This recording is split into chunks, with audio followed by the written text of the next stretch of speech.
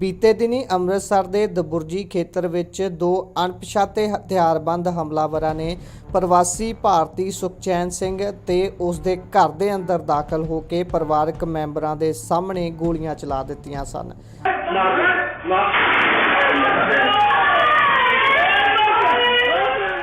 ਪੀੜਤ ਹਾਲ ਹੀ ਵਿੱਚ ਅਮਰੀਕਾ ਤੋਂ ਪਰਤਿਆ ਹੋਇਆ ਸੀ ਅਤੇ ਪੁਲਿਸ ਨੇ ਘਰ ਵਿੱਚ ਲੱਗੇ ਸੀਸੀਟੀਵੀ ਦੀ ਫੁਟੇਜ ਨੂੰ ਆਪਣੇ ਕਬਜ਼ੇ ਵਿੱਚ ਲੈ ਲਿਆ ਸੀ। ਜਾਣਕਾਰੀ ਅਨੁਸਾਰ ਵਾਰਦਾਤ ਵਿੱਚ ਸੁਖਚੈਨ ਸਿੰਘ ਦੇ 2 ਗੋਲੀਆਂ ਲੱਗੀਆਂ ਸਨ ਅਤੇ ਉਹ ਨਿੱਜੀ ਹਸਪਤਾਲ ਵਿੱਚ ਜੇਰੇ ਇਲਾਜ ਚੱਲ ਰਿਹਾ ਹੈ। ਮੌਕੇ ਤੋਂ ਪੁਲਿਸ ਨੂੰ ਗੋਲੀਆਂ ਦੇ 3 ਖੋਲ ਬਰਾਮਦ ਹੋਏ ਸਨ। ਪੁਲਿਸ ਅਨੁਸਾਰ ਗੋਲੀਬਾਰੀ ਦੌਰਾਨ ਹਮਲਾਵਰਾਂ ਦਾ ਪਿਸਤੌਲ ਫਸ ਗਿਆ ਸੀ, ਜਿਸ ਕਾਰਨ ਉਹ ਹੋਰ ਗੋਲੀਆਂ ਨਾ ਚਲਾ ਸਕੇ ਤੇ ਉੱਥੋਂ ਫਰਾਰ ਹੋ ਗਏ। ਇਸ ਤੋਂ ਬਾਅਦ ਪੁਲਿਸ ਦੇ ਡਿਪਟੀ ਕਮਿਸ਼ਨਰ ਹਰਪਾਲ ਸਿੰਘ ਨੇ ਦੱਸਿਆ ਕਿ ਪੁਲਿਸ ਪਰਿਵਾਰਕ ਝਗੜੇ ਦੇ ਸਮੇਤ ਵੱਖ-ਵੱਖ ਐਂਗਲਾਂ ਦੀ ਜਾਂਚ ਕਰ ਰਹੀ ਹੈ।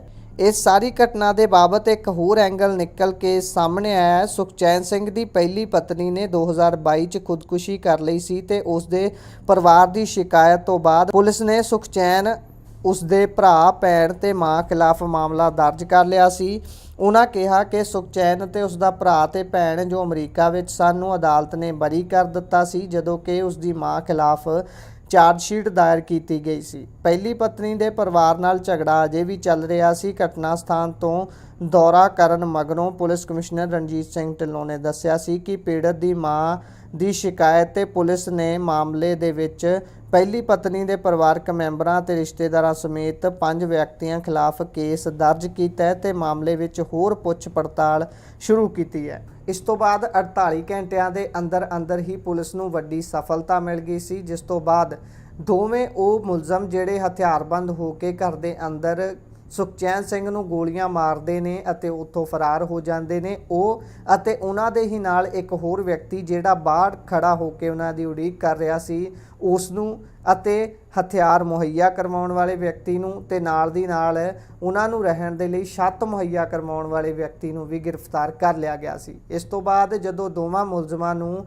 ਉਸ ਥਾਂ ਤੇ ਲਿਜਾਇਆ ਗਿਆ ਜਿੱਥੇ ਉਹਨਾਂ ਨੇ ਹਥਿਆਰ ਲੁਕੋਏ ਸਨ, ਤਾਂ ਉਸ ਜਗ੍ਹਾ ਦੇ ਉੱਪਰ ਵੀ ਹਾਸੋਹੀਣੀ ਜਾਂ ਫਿਰ ਕਹਿ ਸਕਦੇ ਹਾਂ ਕਿ ਪੂਰੀ ਫਿਲਮੀ ਅੰਦਾਜ਼ ਦੀ ਇੱਕ ਕਹਾਣੀ ਵਾਪਰੀ। ਪੁਲਿਸ ਮੁਲਜ਼ਮਾਂ ਨੂੰ ਹਥਿਆਰਾਂ ਦੀ ਬਰਾਮਦਗੀ ਵਾਸਤੇ ਉਹਨਾਂ ਵੱਲੋਂ ਦੱਸੀ ਗਈ ਥਾਂ ਤੇ ਲੈ ਕੇ ਗਈ। ਹਥਿਆਰ ਪ੍ਰਾਪਤ ਕਰਨ ਮਗਰੋਂ ਉਹਨਾਂ ਪੁਲਿਸ ਤੇ ਹੀ ਗੋਲੀ ਚਲਾ ਦਿੱਤੀ ਤੇ ਪੁਲਿਸ ਨੇ ਬਚਾਅ ਵਿੱਚ ਜਵਾਬੀ ਫਾਇਰਿੰਗ ਕੀਤੀ। ਇਸ ਦੌਰਾਨ ਦੋਵੇਂ ਸ਼ੂਟਰ ਜ਼ਖਮੀ ਹੋ ਗਏ ਤੇ ਉਹਨਾਂ ਨੂੰ ਇਲਾਜ ਲਈ ਗੁਰੂ ਨਾਨਕ ਦੇਵ ਹਸਪਤਾਲ ਵਿੱਚ ਦਾਖਲ ਕਰਵਾਇਆ ਗਿਆ। ਪੁਲਿਸ ਨੇ ਘਟਨਾ ਲਈ ਵਰਤੀਆਂ 3 ਪਿਸਤੌਲਾਂ ਅਤੇ ਮੋਟਰਸਾਈਕਲ ਵੀ ਬਰਾਮਦ ਕਰ ਲਏ। ਉਹਨਾਂ ਦੱਸਿਆ ਕਿ ਮੁਲਜ਼ਮਾਂ ਦੀ ਨਿਸ਼ਾਨਦੇਹੀ ਤੇ ਜਦੋਂ ਪੁਲਿਸ ਪਾਰਟੀ ਪਿਸਤੌਲ ਦੀ ਬਰਾਮਦਗੀ ਕਰਵਾਉਣ ਲਈ ਉਹਨਾਂ ਨੂੰ ਵੱਲਾ ਨਹਿਰ ਨੇੜੇ ਇਲਾਕੇ ਵਿੱਚ ਲੈ ਕੇ ਗਈ ਤਾਂ ਮੁਲਜ਼ਮ ਗੁਰਕੀਰਤ ਸਿੰਘ ਅਤੇ ਸੁਖਵਿੰਦਰ ਸਿੰਘ ਦੋਹਾਂ ਨੇ ਪੁਲਿਸ ਨੂੰ ਚਕਮਾ ਦੇ ਕੇ ਅਚਾਨਕ ਪੁਲਿਸ ਤੇ ਫਾਇਰਿੰਗ ਕਰ ਦਿੱਤੀ। ਜਵਾਬ ਵਿੱਚ ਪੁਲਿਸ ਵੱਲੋਂ ਵੀ ਬਚਾਅ ਵਜੋਂ ਜਵਾਬੀ ਫਾਇਰਿੰਗ ਕੀਤੀ ਗਈ, ਜਿਸ ਵਿੱਚ ਗ੍ਰਿਫਤਾਰ ਕੀਤੇ ਗਏ ਇਹ ਦੋਵੇਂ ਮੁਲਜ਼ਮ ਜ਼ਖਮੀ ਹੋ ਗਏ। ਹੁਣ ਦੋਵੇਂ ਮੁਲਜ਼ਮ ਜ਼ੇਰੇ ਇਲਾਜ ਨੇ। ਪੁਲਿਸ ਕਮਿਸ਼ਨਰ ਨੇ ਦੱਸਿਆ ਕਿ ਮੁੱਢਲੀ ਪੁੱਛ ਪੜਤਾਲ ਦੌਰਾਨ ਇਹ ਖੁਲਾਸਾ ਹੋਇਆ ਕਿ NRI ਸੁਖਚੈਨ ਸਿੰਘ ਨੂੰ ਕਤਲ ਕਰਨ ਵਾਸਤੇ ਉਹਨਾਂ ਨੂੰ 15 ਲੱਖ ਰੁਪਏ ਦਾ ਸੌਦਾ ਹੋਇਆ ਸੀ ਤੇ ਹੁਣ ਤੱਕ ਉਹਨਾਂ ਨੂੰ 85,000 ਰੁਪਏ ਮਿਲ ਚੁੱਕੇ ਸਨ। ਉਹਨਾਂ ਦੱਸਿਆ ਕਿ ਪੀੜਤ NRI ਸੁਖਚੈਨ ਸਿੰਘ ਨਾਲ ਬਦਲਾ ਲੈਣ ਵਾਸਤੇ ਉਹਨਾਂ ਦੇ ਸਾਲੇ ਸੁਖਵਿੰਦਰ ਸਿੰਘ ਨੇ 5 ਮਹੀਨੇ ਪਹਿਲਾਂ ਗੁਰਕੀਰਤ ਸਿੰਘ ਗੁਰੀ ਨਾਲ ਗੱਲ ਕੀਤੀ ਸੀ ਤੇ ਇਹ ਗੱਲ ਸੁਖਵਿੰਦਰ ਸਿੰਘ ਦੇ ਦੋਸਤ ਮਨਪ੍ਰੀਤ ਸਿੰਘ ਉਰਫ ਮੰਨਾ ਵੱਲੋਂ ਕਰਵਾਈ ਗਈ ਸੀ। ਇਸ ਤਹਿਤ ਲਗਭਗ 2 ਮਹੀਨੇ ਪਹਿਲਾਂ ਇੱਕ ਨਾਮਾਲੂਮ ਵਿਅਕਤੀ ਨੇ ਗੁਰੀ ਨੂੰ ਸੁਖਚੈਨ ਸਿੰਘ ਦਾ ਘਰ ਵਿਖਾਇਆ ਸੀ। ਸੁਖਵਿੰਦਰ ਸਿੰਘ ਨੇ 3 ਪਿਸਤੌਲਾਂ ਦਾ ਪ੍ਰਬੰਧ ਕੀਤਾ ਸੀ। ਉਪਰੰਤ ਤਿੰਨੋਂ ਵਿਅਕਤੀ ਬੀਤੇ ਦਿਨੀ ਅੰਮ੍ਰਿਤਸਰ ਆ ਕੇ ਇੱਕ ਹੋਟਲ ਵਿੱਚ ਠਹਿਰੇ। ਗੁਰਕੀਰਤ ਅਤੇ ਸੁਖਵਿੰਦਰ ਸਿੰਘ ਕਾਰ ਏਜੰਸੀ ਦੇ ਮੁਲਾਜ਼ਮ ਬਣ ਕੇ ਸੁਖਚੈਨ ਸਿੰਘ ਦੇ ਘਰ ਗਏ। ਜਦੋਂ ਸੁਖਵਿੰਦਰ ਸਿੰਘ ਉਰਫ ਸਾਬੀ ਨੂੰ ਨਿਗਰਾਨੀ ਲਈ ਗਲੀ ਵਿੱਚ ਛੱਡਿਆ ਗਿਆ ਸੀ। NRI ਸੁਖਚੈਨ ਸਿੰਘ ਨੂੰ ਗੋਲੀ ਮਾਰ ਕੇ ਜ਼ਖਮੀ ਕਰਨ ਤੋਂ ਬਾਅਦ ਉਹ ਮੋਟਰਸਾਈਕਲ ਤੇ ਫਰਾਰ ਹੋ ਗਏ ਅਤੇ ਮੁਲਜ਼ਮ ਪਹਿਲਾਂ ਖਡੂਰ ਸਾਹਿਬ ਗਏ। ਉੱਥੇ ਗੁਰਦੁਆਰਾ ਸਾਹਿਬ ਦੀ ਪਰਿਕਰਮਾ ਵਿੱਚ ਮੋਟਰਸਾਈਕਲ ਖੜਾ ਕਰਕੇ ਉਹ ਅੰਮ੍ਰਿਤਸਰ ਵਾਪਸ ਵੱਲਾ ਨਹਿਰ ਦੇ ਇਲਾਕੇ ਵਿੱਚ ਗਏ। ਉੱਥੇ ਉਹਨਾਂ ਨੇ 3 ਪਿਸਤੌਲ ਛੁਪਾ ਦਿੱਤੇ ਤੇ ਵਾਪਸ ਆਪਣੇ ਹੋਟਲ ਦੇ ਕਮਰੇ ਵਿੱਚ ਚਲੇ ਗਏ।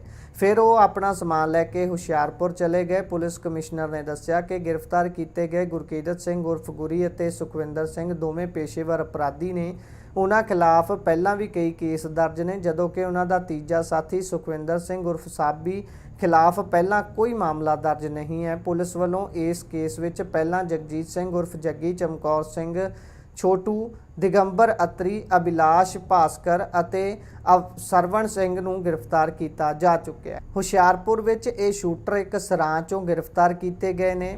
ਮੁਲਜ਼ਮਾਂ ਦੀ ਪਛਾਣ ਗੁਰਕੀਰਤ ਸਿੰਘ ਗੁਰੀ ਅਤੇ ਸੁਖਵਿੰਦਰ ਸਿੰਘ ਵਾਸੀ ਪਿੰਡ ਗੁਟਰਾ, ਜ਼ਿਲ੍ਹਾ ਜਲੰਧਰ ਅਤੇ ਸੁਖਵਿੰਦਰ ਸਿੰਘ ਉਰਫ ਸੁੱਖਾ ਵਾਸੀ ਜੈਰਾਮਪੁਰ, ਜ਼ਿਲ੍ਹਾ ਕਪੂਰਥਲਾ ਵਜੋਂ ਹੋਈ ਹੈ। ਪੁਲਿਸ ਵੱਲੋਂ ਸੁੱਖਾ ਅਤੇ ਗੁਰੀ ਖਿਲਾਫ ਲੁੱਕ-ਆਊਟ ਨੋਟਿਸ ਜਾਰੀ ਕਰ ਦਿੱਤਾ ਗਿਆ ਸੀ।